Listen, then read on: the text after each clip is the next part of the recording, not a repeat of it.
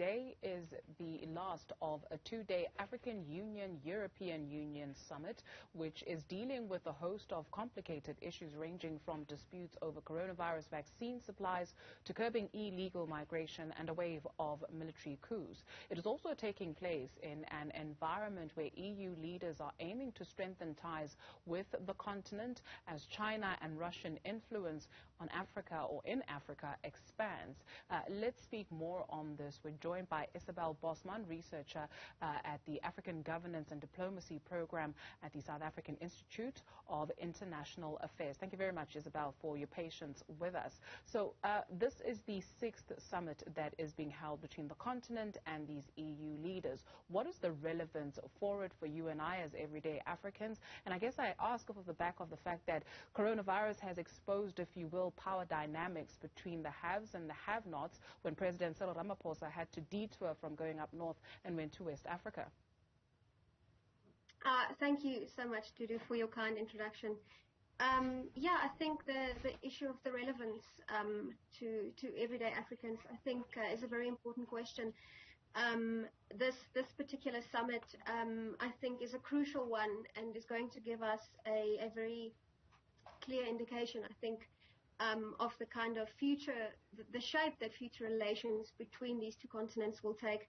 And as you mentioned, the COVID-19 pandemic, I think the EU is slightly on a back foot in the summit, and I think for its part, of course, Africa needs to do the same, but for its part, has quite a bit to do to deepen and strengthen these relations. I mean, certainly in terms of the criticism it has received from African leaders on EU decisions to impose travel bans on African countries. And then, of course, what our own president has dubbed vaccine apartheid. So I think this particular summit is really an opportunity for African leaders to kind of make their voices heard on these issues, and to clearly state that we need to move away from this kind of donor-recipient narrative, but to actually take a more active role in determining how this relationship is going to go. And I think key to that is, and perhaps somewhat EU leaders have realized that themselves, as European Council President Charles Michel said, we're not here to carry on business as usual. So I think it's a wake-up call for both these parties, and we're going to kind of move away from the traditional kind of formal speeches, declarations and remarks, and actually connect leaders on this round-table discussion level. So really something I think African leaders should leverage to make their voices heard and promote continental interests. And just on that point, right, so we heard from Fred Ngoga Gateretse. He's head of the AU's Conflict Prevention and Early Warning Division, and he summed it up quite poetically, saying, what you want from Africa, you should also expect Africa to want from you. What kind of messages should we be taking to these nations about what we want? I guess, firstly, it would be to formulate a cohesive voice or plan or strategy on what it is that we want? I think that's something very important to point out, and I couldn't summarize it better myself. But the idea of a cohesive strategy, as you said, and much the same as the EU, of course, the AU is made up of these individual leaders, and really it's time to kind of look beyond that. Look beyond those individual interests and really look at what the continent needs right now. And I think key here, and in whatever agreements are going to be reached at the summit, African leaders really need to be cautious, I think, about who's doing the agenda setting. And I think if I could to talk about just specific areas, I think we'll see that really come through in the EU's recently launched Global Gateway Initiative. So it's pledged 150 billion euros to invest in Africa in infrastructure projects over the next 7 years in internet access, transport links, and renewable energy. But much of the details around this have been quite vague, and I think a really important question that needs to be asked is how much of of this initiative will be to actually promote African interests. So it's well and good to enhance internet access and to promote digitalization, but less than half of Africa's population has access to electricity, for example. So African leaders need to actually really ask themselves, are the issues that the EU wants to focus on the issues that require immediate focus? And so I think they really focus on agenda setting to get agreements that enhance not just the EU's goals and desires, but also Africa's. And then I also think vaccine access, it's definitely going to be something that African leaders will have to spend a lot of time and energy on in negotiations, I think. Our own president has said that the issue of intellectual property waivers will be tabled by him, and I'm sure other African leaders will follow suit. Only 12% of Africa's population has been vaccinated, and more than 70% of Europe's has been vaccinated.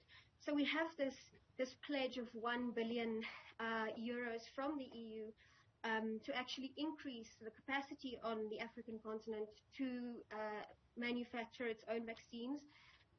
So it's planning 2 key centers in Rwanda and Senegal for construction this year.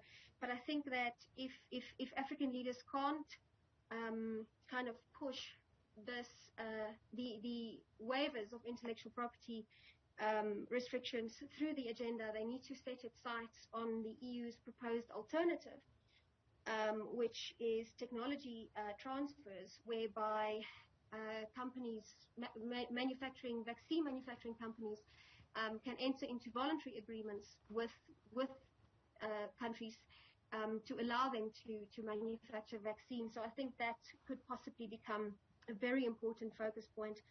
And then also, as featured in your discussion, this issue of security. So we know that France and Europe more broadly has been quite involved in counter-terrorism and counter-insurgency on the continent, especially in West Africa and Sahel. But shortly before the summit, the military junta in Mali, of course, expelled the French ambassador. And just yesterday, French President Macron then announced that French and European troops will be pulling out of Mali over the next 4 to 6 months, and basically saying that, we're going to go where we're needed. So kind of, focusing on how are African leaders going to turn that around? Is it enough to only then address counter-terrorism? Will it be enough to ask for personnel training, knowledge sharing, equipment sharing? Or should we actually look at the underlying issues? Because these military coups, I think, have severely strained Africa and Europe relations. Right. This 150 billion euro that you talk about, the Global Gateway Investment Package that has been pledged, you can want to be as independent as you like, but you will always have to, go back and account to your donors. This cap-in-hand attitude of the continent also maybe needs to be looked into. But I think just in closing up the conversation, do we have the capacity? This is a very tricky question because do we have the capacity, to solve some of these issues ourselves? You speak of the security situation. You speak of the emergence of other players onto the continent. China, for instance, that is investing heavily in infrastructure on the continent. You've got Turkey that is looking at at Africa. You've got Russia that is looking at the continent as well. I think that is a very important and indeed, as you say, a tricky question. But I do think that we kind of have the foundations for enhancing our capacity and for creating the kind of relationships necessary to address these issues. So obviously, Africa can't isolate itself from the world. We need investment. But then, as you say, you'll always be accountable to your donors. But it shouldn't be a case of being beholden onto them. Rather, I think it's something that donors would also, and perhaps donors is also quite a contentious term. Perhaps if we move away from donors and rather look at partners, it might kind of change the relationship. And I think it's something that even around this summit has been raised creating a partnership of equals. So the fact of the matter is Africa is not equal to Europe, right? But that's not to say that Africa has to rely solely on Europe to address these issues. At least in the beginning, certainly Africa will need help. But I'm taking the health sector now, for example, of this 150 billion euros that we've spoken about.